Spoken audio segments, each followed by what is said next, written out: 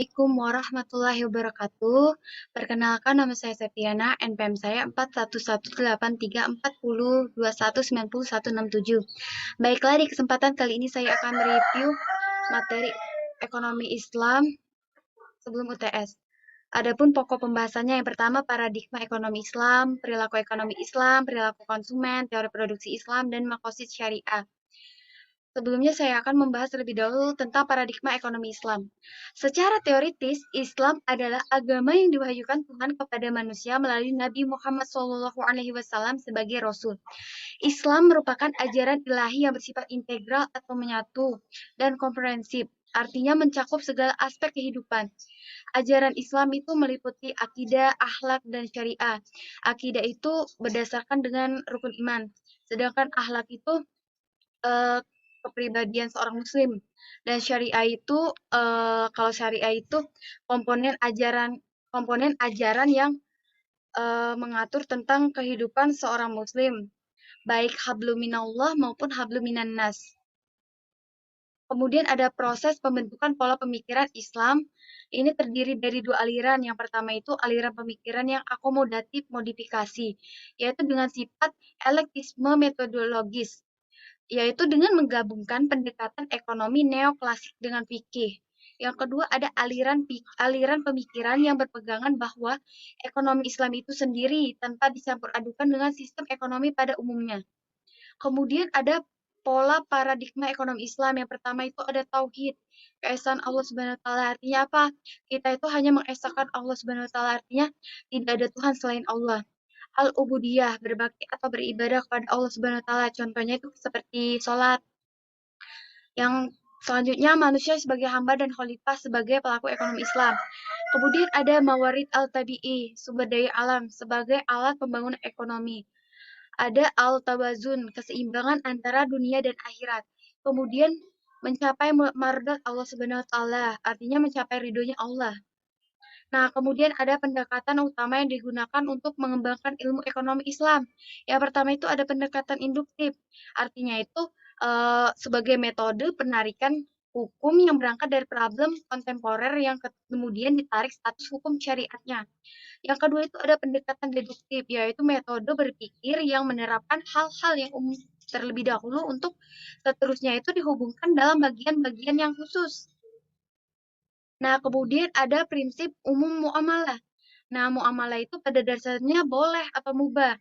Tujuannya itu untuk mewujudkan kemaslahatan. Nah, dilaksanakannya itu dengan memelihara nilai keseimbangan atau tawazun dan keadilan.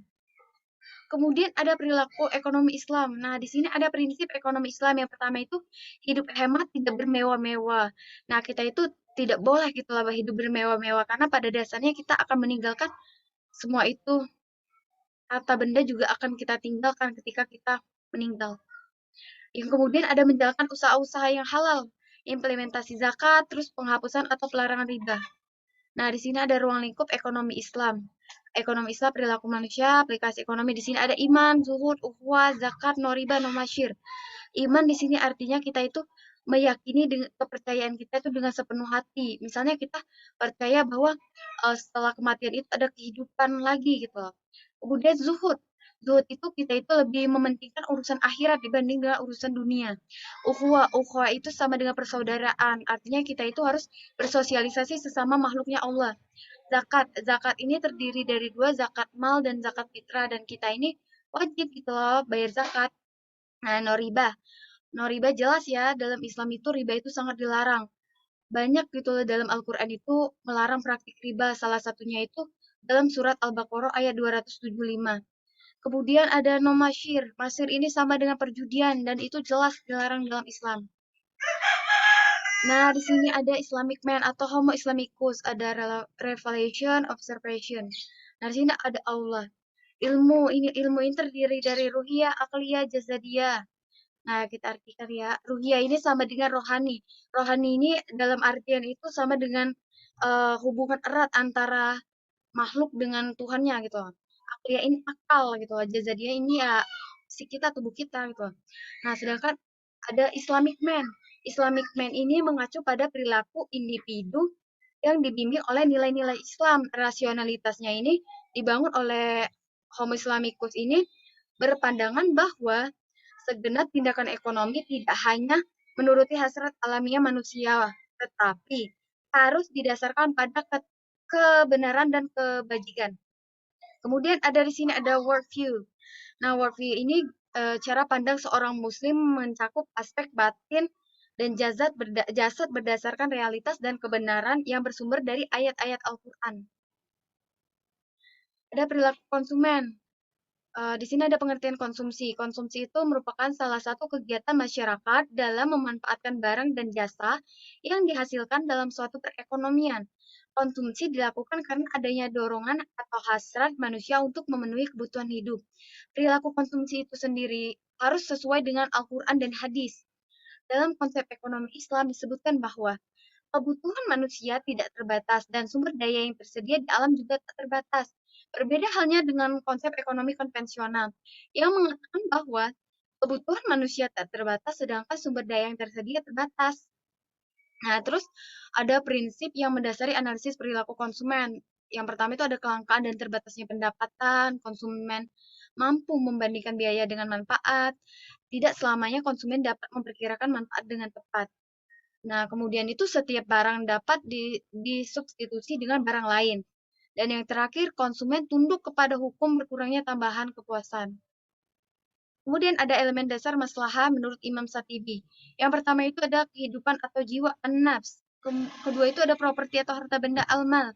Yang ketiga, keyakinan al-din. Selanjutnya ada intelektual al-aqal. Kemudian ada keluarga dan keturunan al-nasl. Nah, di sini ada teori produksi Islam.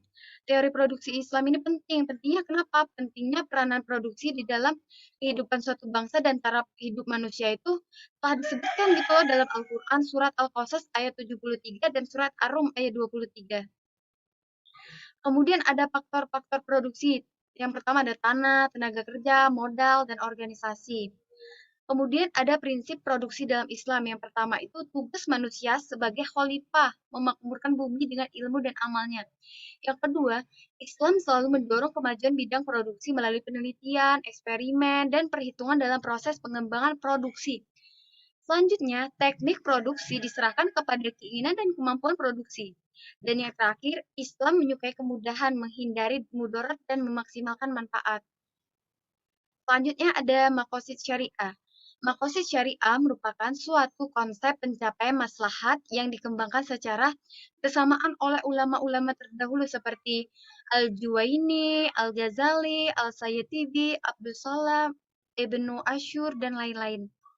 Nah, makosid syariah ini tujuan akhir yang harus terrealisasi dengan diaplikasinya itu ada beberapa nih. Yang pertama itu ada hibzu ad-din, memelihara agama, hibzu an-nafsi, memelihara jiwa, hibzul akli, memelihara akal, hibzu nasli, memelihara keturunan, dan hibzu mal, memelihara harta.